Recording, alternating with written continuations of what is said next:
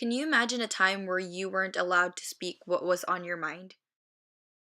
A time where you didn't have the freedom to enjoy the simple pleasures of life, like being able to walk around town, mingle with other people, or simply own your humanity?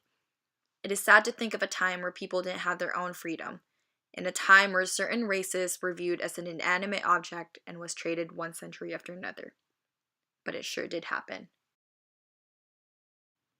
For my documentary film, I am going to focus on the distressing topic regarding trade slave in Africa, specifically the transatlantic slave trade, how it started, how it changed over the centuries, and how it presumably ended. Slavery in Africa has been going on for hundreds and hundreds of years, and till this day is present in some regions. It was known to have started within the interiors of Africa when local Africans were sold off to other neighboring regions.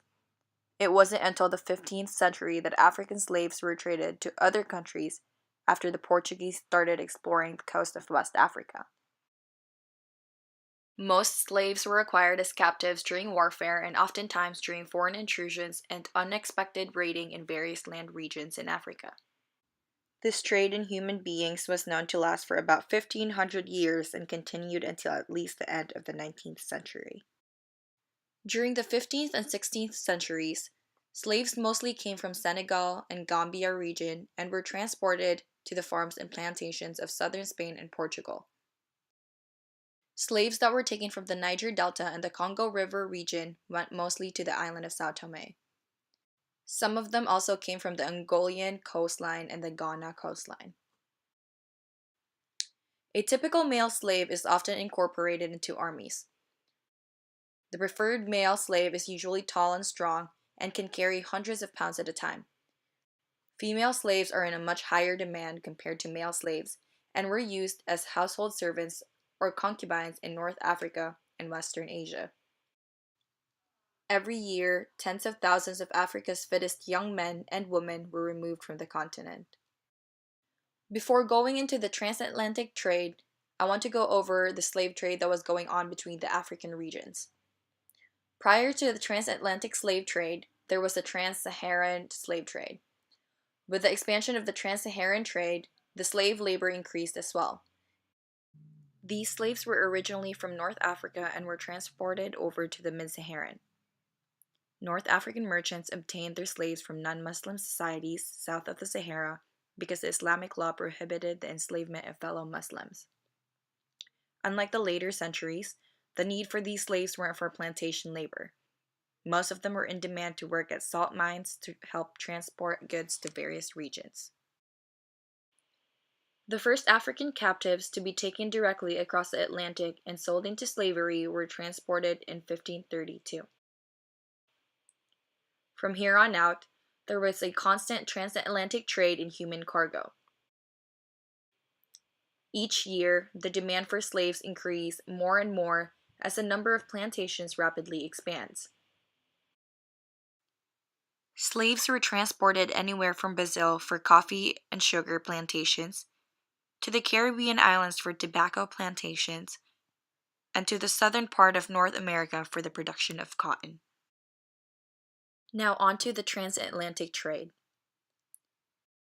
A person who is captured in the interior region of Africa and consequently dispatched to the coast for sale is no longer considered a person anymore.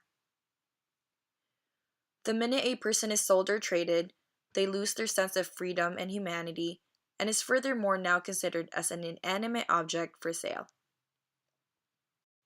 These captives are no longer considered human beings anymore, but much rather considered as a property, like domestic livestock to be herded together, examined, and traded over. Captives were chained together and marched to the coast where they were locked up in wooden cages while waiting for the next European trading ship. Men and women were stripped naked together and examined to see if they were fit, strong, and healthy. Once a deal has been set between African middleman and European slave merchant, slaves are now set to board the ship. They were chained together in rows and forced to lie on specifically constructed decks, which were arranged like shelves, barely half a meter one above the other, just like packed sardines. They lay like this for weeks, suffering the stench of their own bodily fluids and urine, with barely enough food and water to keep them alive. The voyage is estimated to last within 3 to 6 weeks, and on average, between 15% and 30% could be expected to die from disease, maltreatment, and exhaustion. The ship's captain allocates for this loss by packing in more people than they actually need. On occasion, disease would spread so rapidly in the terrible conditions below decks that it wiped out a whole shipload of captives. As the economy went up in Europe and America, so did the demand for slaves. European colonizers felt the need for a large imported labor force to work the gold and silver mines of the mainland and their tobacco plantations on the Caribbean islands. It has been recorded that at least 12 million Africans were sold off and traded for slavery in America and the Caribbean in the 300 years that followed after 1532. 10 million of them landed alive and were successfully shipped off, while 2 million died on the transatlantic voyage. The number of slaves rapidly increased between the 16th and 17th century, accounting for an increase of about 20,000 Africans a year, and between 50,000 and 100,000 during the 18th century. A rapid expansion in Caribbean sugar plantations in the late 18th century had led to overproduction and a fall in the selling price of sugar. The French, in particular, with their huge new plantations and modern machinery, were flooding the market with cheaper sugar, which undercut their less efficient British rivals. At the same time, West African rulers and merchants were charging higher prices for the sale of their captives. As the British slowly entered the Industrial Revolution, they didn't feel the need for slaves anymore. They figured that if Africans were left in Africa, instead of being removed by the slave trade, they could still be of profit for the Europeans by importing raw materials, and in exchange, they could buy the goods produced in Europe's new factories. The transatlantic slave trade presumably ended during the course of the 19th century. As Britain took over all the other European nations, Britain was also considered the largest exporter of Africans from Africa. By the end of the century, more than half of the captives transported from West Africa were carried across the Atlantic British ships. Despite the British horrible participation and leadership towards slavery, they were also the first major European nation to abolish slave trade in 1807. Other nations attempted to eradicate slavery, like France, who imposed a temporary French ban in the early 1790s, but didn't really last that long and slave trading returned. The Danish government, on the other hand, successfully banned its citizens from the trade in 1805.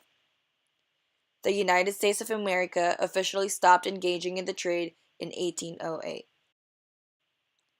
Holland ultimately followed in 1814, and eventually, so did France in 1817. Although these reformist movements only abolished the trade slave and not the entire institution of slavery, it was still an important move. Despite the efforts to entirely wipe out slavery, unfortunately, it is still present in today's era. People are still sold for various reasons and oftentimes are sold for sex. Human trafficking is predominant in some regions and is disturbingly acceptable in some cultures. I long to live the day where kids can roam freely and safely down the street. The day when women can finally speak their minds and can freely do whatever they want. The day when everyone in this world finally gets the freedom that they deserve. And I hope that day starts today.